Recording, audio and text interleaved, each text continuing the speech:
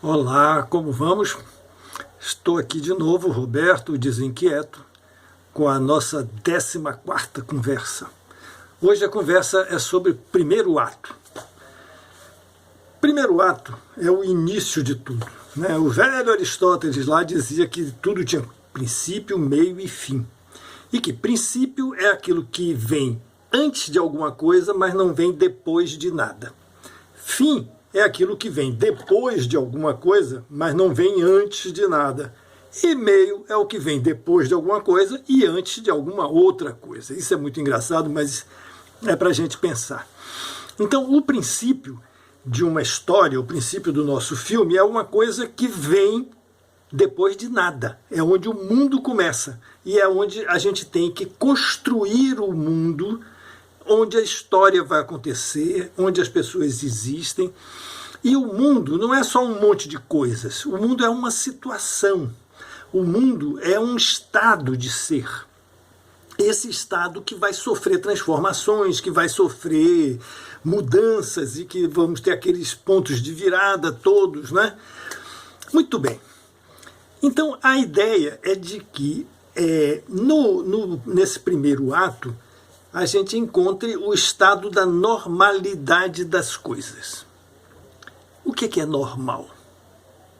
Diz que de perto ninguém é normal, não é isso?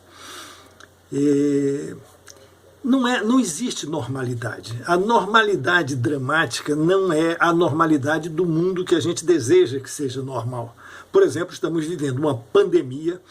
Isso não é normal. Nunca foi normal, mas sempre houve doenças. Nós temos um governo e isto também não é normal. Tivemos governos ruins e tivemos governos ótimos. Tivemos governos voltados para o povo e tivemos governos voltados para a mesquinharia, para a sacanagem, para a ordem privada, para a apropriação das coisas. O que é normal? O normal é um ponto de partida dramático a partir do qual nós vamos construir as mudanças. É um estado a ser mudado. Isso a gente tem que pensar sempre nisso, para pensar dramaturgicamente. Quando se pensa dramaturgicamente, não se pensa moralmente. Não se pensa em termos de certo e errado como princípio. Certo e errado é um valor lá do artista na sua realização no mundo, mas não no momento da obra. O momento da obra é o momento que propicia o efeito desejado, que propicia o envolvimento do espectador naquilo que vai se viver. Então isso é uma primeira coisa a gente pensar sempre. Quando se constrói o primeiro ato, se apresenta o mundo, se apresentam as pessoas do mundo, que são os personagens da história, o que você faz, na verdade, é construir uma plataforma de lançamento. É armar uma mola dramática que vai ser solta num certo momento da história, que vai deflagrar um conflito, um confronto de forças armazenadas e forças que fazem parte do mundo, coisas que são as forças que atuam na vida da gente, né? E cada um escolhe, em cada momento, as forças das quais vai falar ou vai deixar de falar. Então, temos que pensar o seguinte: o primeiro ato é uma espécie de sala de visita da história, em que você atrai o seu espectador, o seu leitor, o seu apreciador, para que ele se envolva com a história. Então, ali é o momento de se começar a criar a tal da empatia, que é uma identificação emocional profunda, que é mais profunda do que simpatia. Empatia é entrar na mesma emoção. Simpatia é gostar da emoção do outro.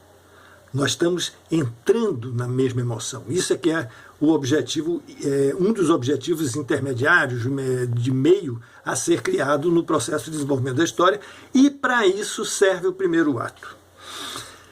Muitos professores, manuais de roteiro tal, ensinam a como fazer o primeiro ato. Por exemplo, você pega os filmes americanos, eles acham que o apreciador, o espectador, toma uma decisão até os 8, 10 minutos de filme, se ele quer assistir aquele filme ou não.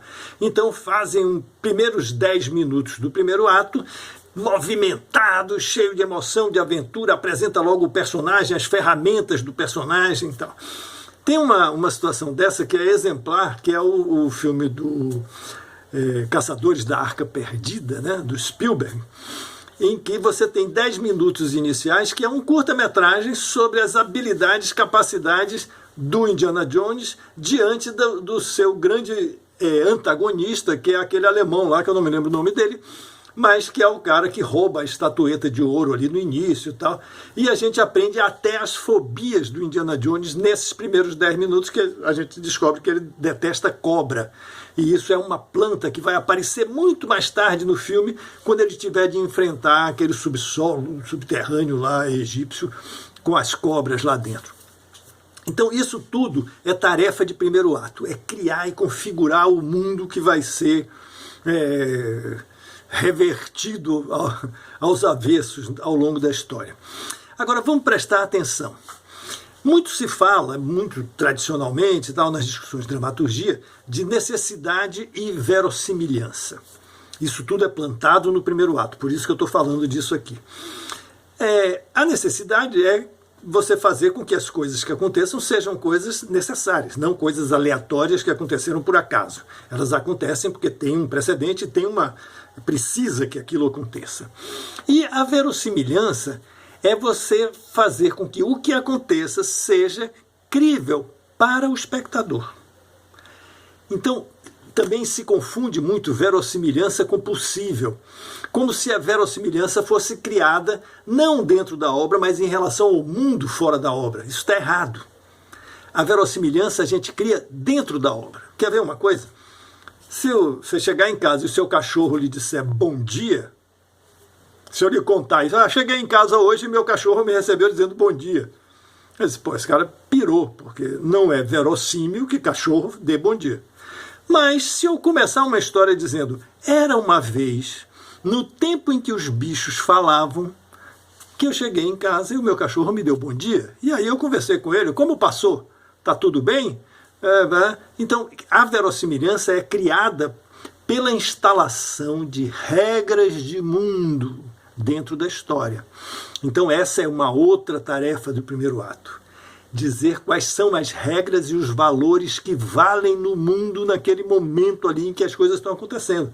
Pode ser um mundo realista, estritamente preso à realidade, à física e à sociabilidade, à socialidade que a gente vive, mas pode ser um mundo mágico, em que os desejos se configurem, em que se projetem em matéria apenas coisas do imaginário, quer dizer, um mundo mágico tal.